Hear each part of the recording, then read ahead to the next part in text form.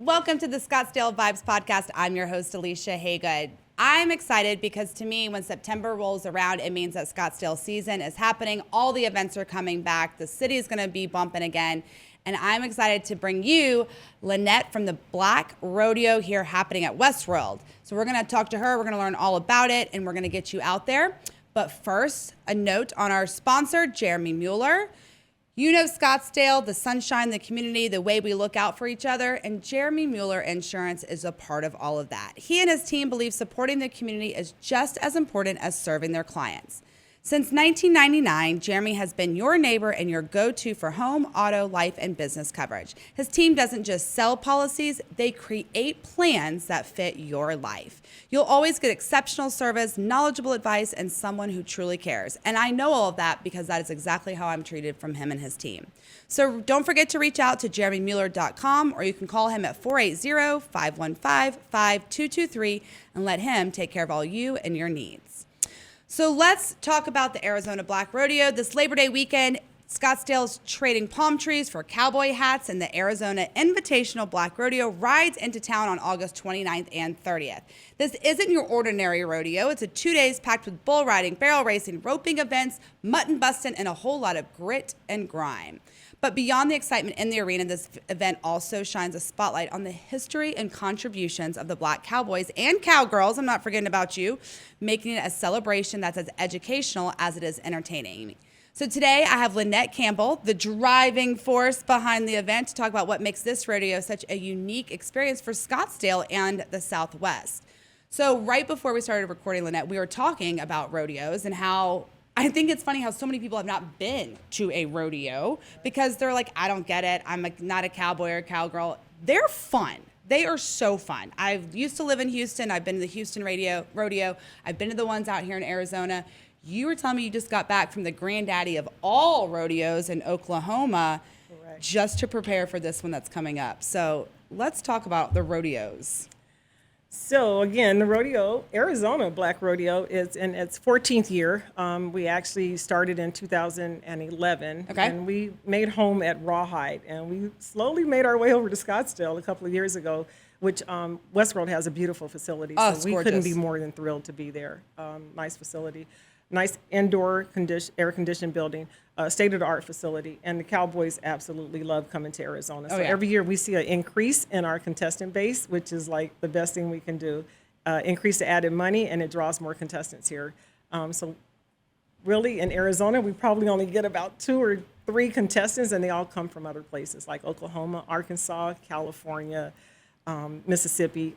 I think that just speaks volume, though, to the rodeo then. Mm-hmm. If you're getting that many people that know about you from out of state to come in, that speaks volumes to what you're putting on here. 14 years is not a long time when you think about the history of rodeos. So why Arizona and why Scottsdale for you all? Well, Scottsdale, again, we landed in Scottsdale because of the facility at Westworld. Mm-hmm. It was just ideal for us to make sure we had a great home here.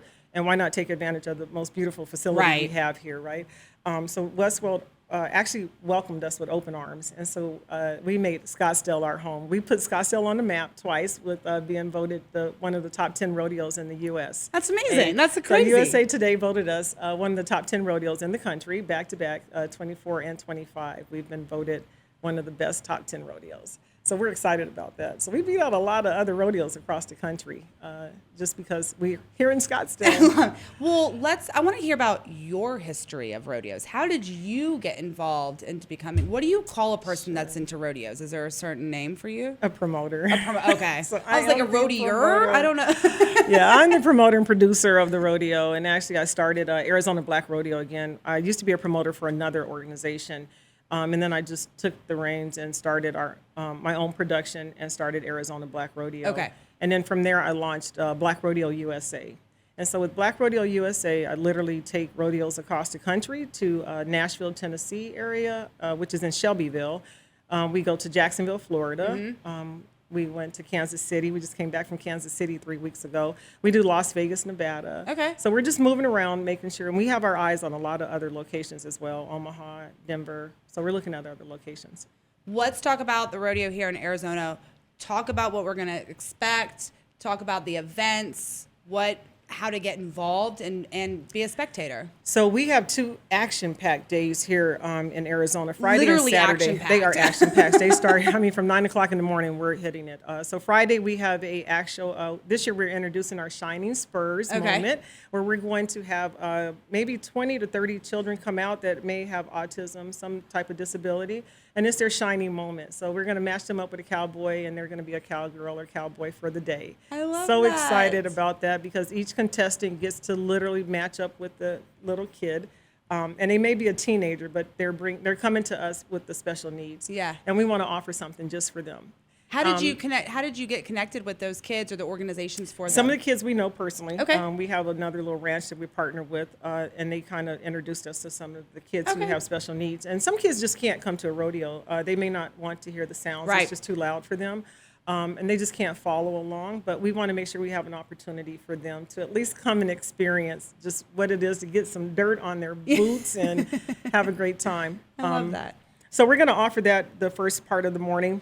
We have a 10 o'clock show that's open to kids. We've always done a kids show where kids are bussed in from across the valley. Roosevelt Talk about mutton busting. It is not only is it a fun word to say, it's even more fun to witness these kids on sheep. Literally like bucking like a bull. Yep, they're on sheep. But we actually have some good contestants as well. We have a little 5-year-old that comes out of California. She's a barrel racer. She's been with us for a while. If you can imagine, a 5-year-old's been with you for a while? Like she's been coming 3 years old. She's been on a horse since she was 1, right? Jeez. So, but she literally can handle her horse. And I think she's just a crowd pleaser. Everyone looks forward to seeing her. Okay. And so we love her. She actually participates in the rodeo. We have a lot of youth that participate. So that's our whole goal, is to make sure we're introducing this to youth, and so they can see a chance for them to compete as well. Bring that next generation up, keep the cowboys and cowgirls coming. Correct. Let's talk about these real cowboys and cowgirls that are coming out here. What kind of production and show are they going to put on for us? So we have some top-notch cowboys coming in. Some of them have made the PRCA. They've been to the PRCA rodeos.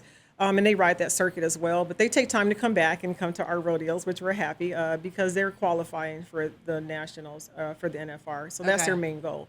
But for them to interrupt their schedule and come to our rodeos, we're really happy to see some of these guys. So we have some top-notch guys coming in. Some of them just rodeo for a living. This is what they do. They are professionals.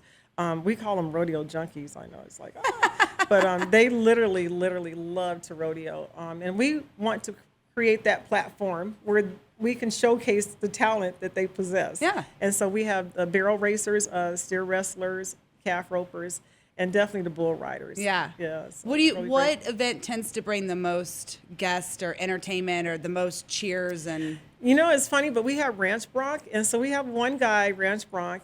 He's bucking on a horse, right? And when he gets done with his 8 seconds, he literally gets off that horse and he does a backflip. And it's so cool to see him do this backflip in the arena.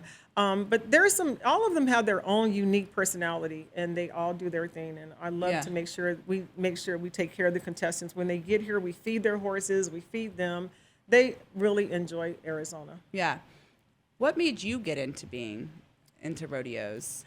So rodeos, actually, if you're from Arizona, you'll know this little small town called Safford, which is in the eastern part of the state. Okay. So I was sent to Safford every summer as a kid. And so my grandmother, my aunt and uncle, they all had horses, and we just had a farm there. So it was just kind of growing up, going to rodeos, watching rodeos, and just having it in the family.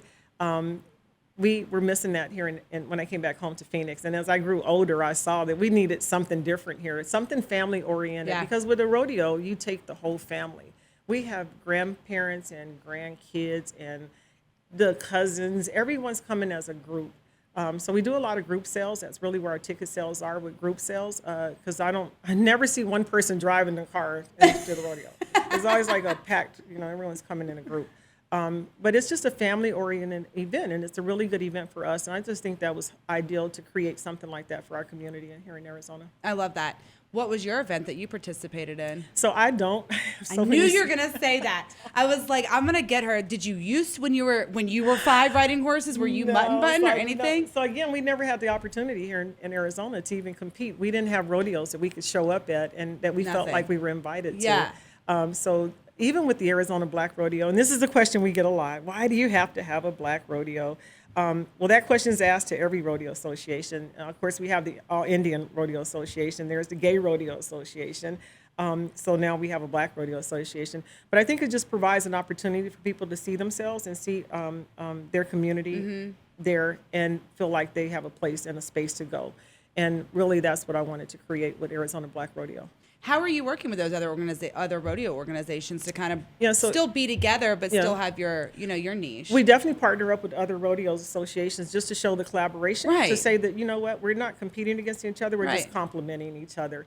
Even in Las Vegas, we partner up with the Gay Rodeo Association there of Las Vegas. They help us out with a lot of projects we do. But the actual main thing about rodeo is that if you love rodeo, you love rodeo. You don't care what color. And the horses don't even care what color, right? So at that Do they point, see color? Yeah, so it's just at this point, it is a rodeo. And if you have a love for rodeo, I think you'll come out and come to the Arizona Black Rodeo, and you would really enjoy it. And people who come, they come back. Yeah. I mean, they buy their tickets early the next year. As a matter of fact, we're sold out for Saturday. Are you really? Yeah, so we only have a few tickets left for Friday. And those are bleacher seats only. But again, it's a really good view no matter where you are. Yeah, and then, it is. It's nice. Yeah. So what we sell out, this has been one of those unique years that we've sold out of every rodeo show we've gone to. That's amazing. Our Tennessee rodeo sold out in less than 2 days. Wow. And that's a 4,000 seat stadium. Well, that just goes to show how much you're growing. So that's what I want. The Black Rodeo USA Foundation.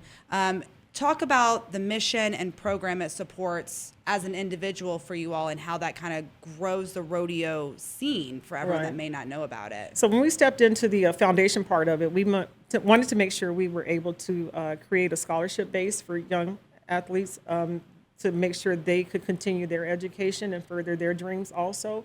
So to date, I mean, we've probably given out over $70,000 worth of scholarships.